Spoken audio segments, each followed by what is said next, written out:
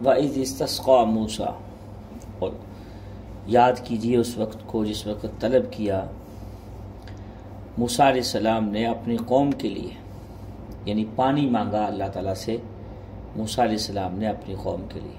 فَقُلْنَا اضْرِب بِعَصَاكَ الْحَجَرَ، بس ہم نے کہا ماریے اپنے عصا کو اس پتھر پر، بس جاری ہو گئے اس سے 12 چشمے۔ تحقیق جان لیا ہر ایک نے، لوگوں میں سے ہر ایک نے اپنے پانی پینے کی جگہ کو۔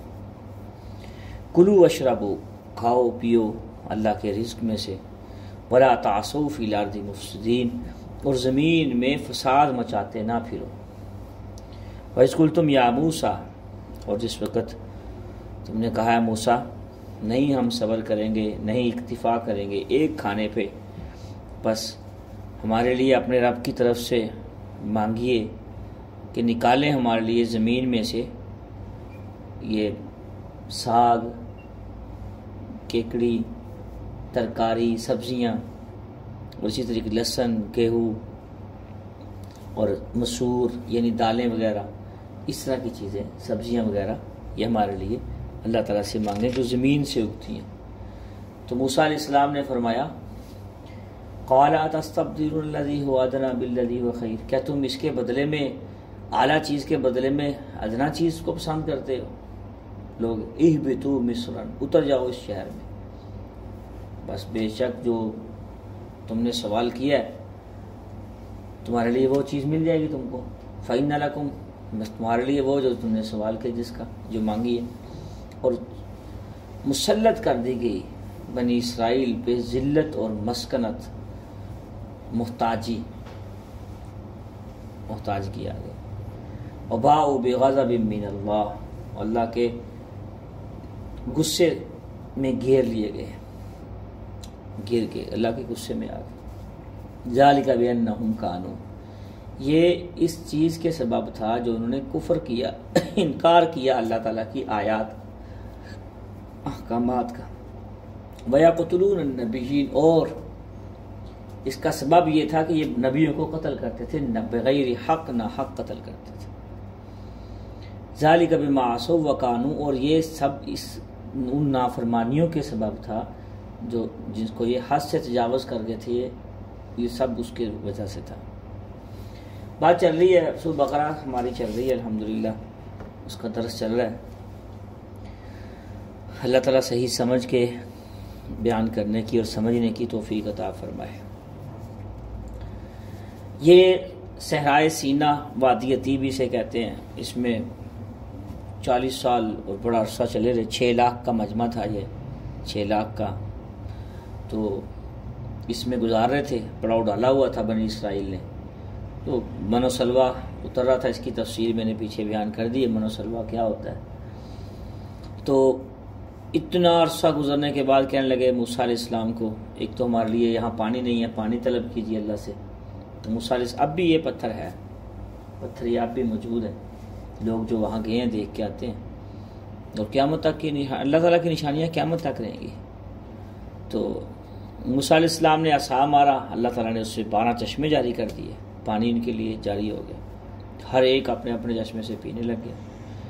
پھر اللہ، یہ رزق، جب بھی کوئی انسان کے پاس رزق آتا ہے نا، یا پیسہ آتا ہے، یا مالی فراوانی آتی ہے، یا عزت ملتی ہے، یا کچھ چیزیں ملتی ہیں، تو تنبیہ ضرور اللہ پاک فرمائے وَلَا تَعْثُوا فِي الْأَرْضِ مُفْسِدِينَ، یہ تم پانی پیو، کھاؤ پیو اللہ کے رزق میں سے، زمین میں فساد مچاتے نہ پھرو۔ جو تو دیندار بندہ ہوتا ہے، یا اچھی صحبت میں بیٹھتا ہے، یا حلال رزق کھاتا ہے، وہ تو ایسے کام، الٹے کام نہیں کرتا۔ اور جس کے رزق میں ملاوٹ ہوتی ہے، سودی پیسہ ہوتا ہے، یا رشوت کا پیسہ ہوتا ہے، یا 2 نمبر پیسہ ہوتا ہے، بلیک منی ہوتی ہے، یا کسی بھی طریقے سے مشکوک پیسہ کھاتا پیتا ہے، تو اس کی حرکتیں بھی بدل جاتی ہیں۔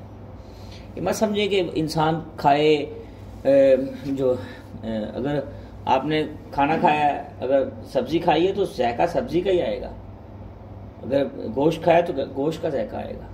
تو یہ مت سمجھیں کہ ایک بندہ کھا کچھ رہا ہے، اس کا رزلٹ کوئی اور نکلے، ایسے نہیں ہے، یہ قانون خداوندی نہیں ہے۔ اگر حرام کھا رہا ہے تو یہ حرام صرف سور اور خنزیر ہی نہیں ہے، حرام بکرا بھی ہے، اگر دوسروں کے پیسوں کا کھائے، یا چوری کا کھائے، یا رشوت کا کھائے، وہ بھی حرام ہے۔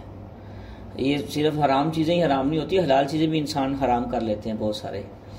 تو اللہ تعالیٰ فرما رہے ہیں وَلَا تَعْثَوْا فِي الْأَرْضِ مُفْسِدِينَ کہ زمین میں فساد نہ مچاتے پھرنا. اب اللہ کے رزق سے کھاؤ پیو، شکر ادا کرو اس پہ. تو آگے انہوں نے کیا کہا، کہنے لگے جی ہم تو ایک کھانے پہ صبر نہیں کریں گے من و سلوہ پہ، جبکہ جنت کا کھانا تھا، بڑا بہترین کھانا ان کو مل رہا تھا، بغیر مشقت کے بغیر محنت کے کھانا مل رہا تھا. تو ہمارے لیے سبزیاں اور لہسن اور کھیرا اور یہ جناب سبزی دالیں، یہ چیزیں اللہ سے مانگیں جو جس میں محنت اور مشقت.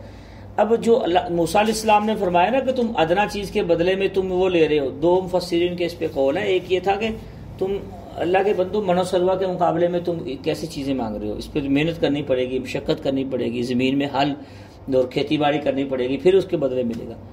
راجہ قول یہ ہے کہ تمہیں اللہ تعالیٰ نے یہاں وادی میں جو تم گھوم پھر رہے ہو اس کے بدلے میں تم جاؤ گے ادھر مشقت، یعنی اعلیٰ چیز کو چھوڑ کے دوسری جگہ پہ تم جا کے وادی میں کھیتی باڑی کرو گے، وہاں وقت لگاؤ گے.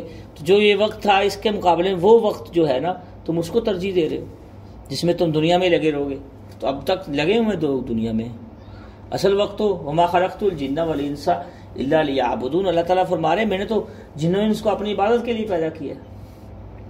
تو اس کا مطلب یہ ہے کہ وہ پیدا کسی اور کام کے لیے کیا ہے، انسان کو اس طرف انسان کا دھیان ہی نہیں ہے. تو بعض اوقات انسان کو اچھی بڑی نعمت مل رہی ہوتی ہے، اچھی بڑی رزق مل رہا ہوتا ہے، لیکن وہ انسان اس کی ناشکری کی وجہ سے تو وہ برے رزق کی طرف چل پڑتا ہے، برے راستے کی. بیوی اچھی ہے، اس کے اخلاق اچھے ہیں، خوبصورت ہے، لیکن پیسہ آ گیا تو اور عورتوں کے چکر میں پڑ گیا. دیکھو اس نے بدل لیا ہے. اعلیٰ چیز کے بدلے جو حلال تھا نکاح، اللہ نے اور آپشن دیے کہ نہیں، 3-4 بیویاں کر سکتے ہیں. جب اور نہیں کرنی، اور جگہ پہ جا کے غلط کام کرنے ہیں، تو اس نے اعلیٰ کو چھوڑ کے اچھا راستہ چھوڑ کے غلط راستہ اختیار کر لیا. یہ صرف بیوی کا نہیں، مثال تو میں نے ایک دی ہے، یہ رزق کا بھی یہی حال ہے کہ ایک اچھا رزق مل رہا ہے اللہ تعالیٰ کی طرف سے، وہ بڑے باعزت طریقے سے مل رہا ہے، بلا وجہ سے اور رزق کی طرف بھاگ توڑ کر نہیں. یہ آج کے دور کی بات کر رہا ہوں کہ انسان کو ایک جگہ سے اچھا رزق مل رہا ہے، اللہ پاک دے رہے، بجائے اس پہ شکر کرنے کے اور کی طلب میں ملاوٹ کر لی رزق حرام کی، رزق حلال میں. پچھلا بھی خراب کر لیا، اگلا بھی، اللہ کی نظر سے بھی گر گئے. اس کا نقصان ہوتا ہے. جو انسان اپنے دین کے معاملے میں اپنے سے اوپر والے کو دیکھتا ہے کہ یار میری نماز اتنی پوری ہوتی، میں سنتے نہیں پڑھتا، نوافل نہیں پڑھتا، میں تو فرض پڑھتا ہوں، بعض لوگ سنتیں پڑھ رہے ہیں. ویسے کوئی نقصان ہے ویسے سنتیں پڑھنے کا، یہ فائدہ ہی ہوتا ہے نوافل پڑھنے سے، فائدہ ہوتا ہے نا بھائی.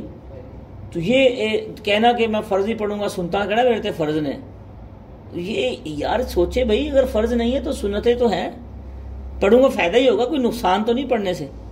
تو کوشش کرنی چاہیے انسان کو عبادت میں آگے بڑھ چڑھ کے ذرا حصہ لینا چاہیے.